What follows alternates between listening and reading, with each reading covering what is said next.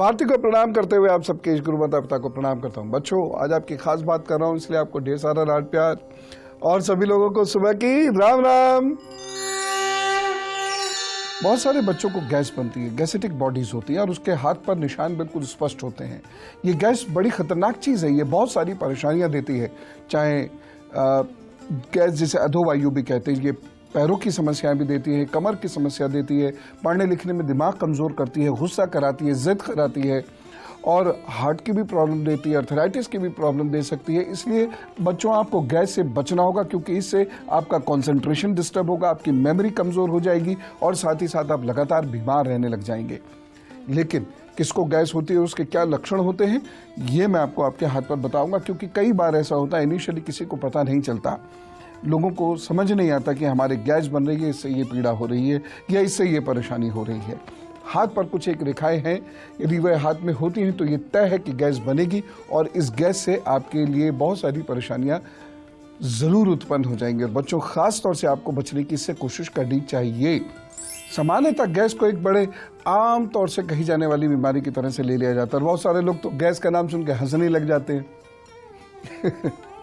लेकिन ये है बड़ी खतरनाक चीज़। बीमारी तो बाकी जो मैंने अभी बताई देती है। आपको एक चीज़ और बताऊं, ये प्रजनन क्षमता को भी कम कर देती है गैस, चाहे स्त्री हो या पुरुष, बच्चा हो या बच्ची। जी हाँ, इसलिए इसे ज़रा सीरियसली लीजिएगा और जो मैं आज आपसे बातें कर रहा हूँ उसे बहुत गौर से समझने की कोशिश कीजिएगा। ये वाली लाइन जो मैंने यहाँ दिखाई है, ये इकट्ठी लाइंस हैं और धीरे धीरे नीचे की ओर ये जा रही हैं। और आप देख रहे होंगे कि जब ये नीचे की ओर जा रही है तो थोड़ी सी टूटती हुई, बिखरती हुई या बहुत सारी रेखाएं इकट्ठी होकर जा रही हैं। ये सबसे ज़्यादा खतरनाक लाइन्स हैं। यदि आपके हाथ में ऐसी लाइन है तो जीवन पर्यंत आपको पेट के लिए परहेज करना पड़ेगा, नहीं तो आपकी अधोवायु आपको बहुत परेशान करेगी। ये ना चैन से बैठने देगी, ना चैन से सोने देगी और टॉयलेट रिलेटेड बहुत सारी प्रॉब्लम क्रिएट करने के साथ साथ ये आपका कंसंट्रेशन और मेमोरी तक डिस्टर्ब कर सकती है। ये हाथ में रेखाएं होने वाले व्यक्ति के हाइपर एक्टिव होने के चांसेस बहुत ज़्यादा हो जाते हैं, जिसकी वजह से वो कहीं भी टिक कर कोई काम नहीं कर पाता। एक और चीज़ यहाँ पर देख लीजिएगा, यहाँ से अंगूठे की जड़ से इधर से कुछ लाइनें इस तरीके से निकलनी शुरू होती हैं।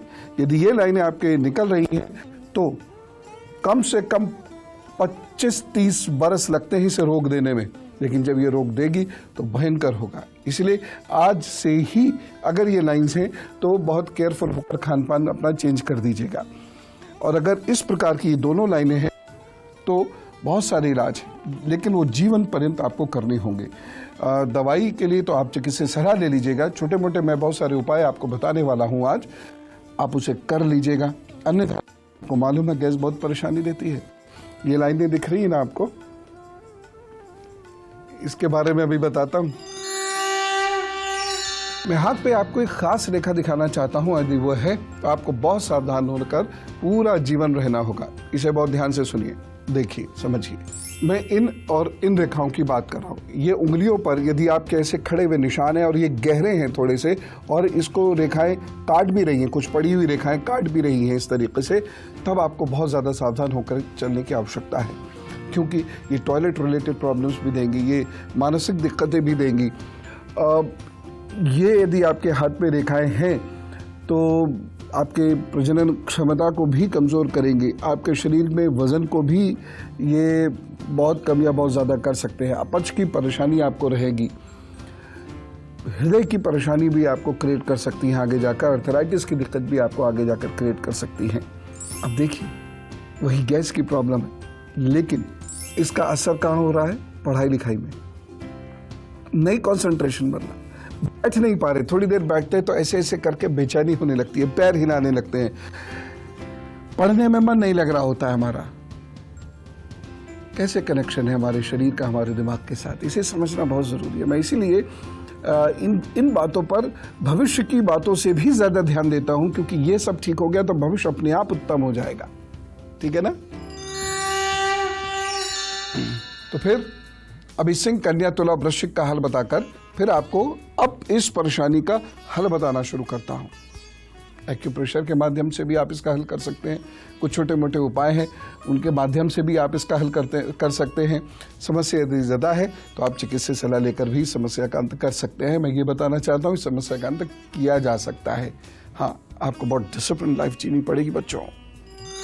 आइए मैं उस राक्षस को मारने की आज कोशिश करूं जिसने कान्यकुब्ज, आपने सुना है ना, राजा की कन्याओं को भी कुबड़ा कर दिया था। ये वही गैस है। ये क्यों होती है सब जानते हैं, जेनेटिक भी होती है, लेकिन हमारी जो रूटीन है, हमारा जो खान पान है, ये सबसे ज़्यादा रिस्पॉन्सिबल है। जो लोग खाने के साथ पानी पीते हैं या जो लोग खाने के साथ कोल्ड ड्रिंक्स लेते हैं, जो लोग बासी खाना खाते हैं, आवश्यकता से अधिक मैदा खाते हैं, देर रात भोजन करते हैं, सुबह सूर्योदय होने के काफ़ी बाद उठते हैं, चलते फिरते बहुत कम हैं, ज़ोर से बोलते हैं, चीख कर बोलते हैं, या जिनको हर वक्त बहुत जल्दबाजी और गुस्सा रहता है, उनको ये सारी परेशानियां होती हैं। उनके शरीर में बहुत सारे रोग इसकी वजह से उत्पन्न होने शुरू हो जाते हैं। शरीर धीरे धीरे कमज़ोर होता चला जाता है। एक समय ऐसा आ जाता है जब आपका लिवर कुछ भी लेने से मना कर देता है, यानी आपको भूख लगनी बंद हो जाती है और कुछ खाएंगे तो खट्टी डकारें आएंगी, उल्टियाँ आदि आएंगी आपको, और दिमाग बिल्कुल गलत ट्रैक पर चलना शुरू हो जाता है। क्या करें? एक बहुत महत्वपूर्ण बात बता रहा हूँ, ज़रा गौर से सुनिएगा। जो भी ऐसे लोग हों, ख़ास तौर से बच्चे, एक मुनक्का लेकर उसमें एक लहसुन की छोटी सी एक कली, उसको अच्छे से छील लीजिएगा, साफ़ कर लीजिएगा, धो लीजिएगा, मुनक्का के अंदर रख दीजिएगा और बच्चे के मुंह में डाल दीजिएगा और हल्के गुनगुने पानी से वह सुबह सुबह खाली पेट सटक ले और इसके आधा घंटे बाद तक वह कुछ ना खाए। ये एक ऐसी चीज़ है जो बच्चों को बहुत ज़्यादा मदद करेगा और आप खुद महसूस करेंगे कि आपका शरीर कुछ दिनों के बाद हल्का हल्का सा लगने लगेगा और पढ़ने में भी आपका मन लगने लगेगा, कार्यों के प्रति उत्साह उत्पन्न होने लगेगा। जी हाँ, उत्साह, क्योंकि यदि पेट में वायु अधिक रहती है तो ऐसे लोगों के कार्य के प्रति उत्साह कम होता चला जाता है। और अब गुरु मंत्र फटाफट लिखते चले जाइए। जिन लोगों को गैस बनती है उन्हें दूध वाली चाय अवॉइड करनी चाहिए। एक आध दो बार तो ठीक है, लेकिन इससे ज़्यादा अवॉइड करें। नींबू की चाय पीना बहुत ज़्यादा श्रेयकर रहता है और बहुत ज़्यादा चीनी का सेवन भी ऐसे लोगों को नहीं करना चाहिए। बासी भोजन का सेवन बिल्कुल नहीं करना चाहिए। मैदा, मक्खन, मलाई, इनका सेवन तो बिल्कुल छोड़ ही दीजिए, अन्यथा ये बीमारी का रूप ले जाएगी। बहुत देर तक भोजन नहीं कीजिए और एक साथ ढेर सारा भोजन मत कीजिए और जब आप भोजन कर रहे हो तो ढेर सारा पानी मत पीजिए। एक चूरन बना के रख लीजिए ऐसे लोग हमेशा, उसमें भुनी अजवाइन हो जाएगी, भुना हुआ जीरा हो जाएगा, काला नमक हो जाएगा और छोटी हरड़ हो जाएगी। इन सब के पाउडर को पीस के रख लीजिएगा। कसैला होगा, इसमें कोई दो राय नहीं, लेकिन दिन में 5-6 बार इसको थोड़ा थोड़ा लेते रहिएगा। मतलब एक जो छोटी वाली चम्मच होती है, बस आधा वो चम्मच दिन में लेते रहिएगा और गुनगुना पानी पीजिएगा।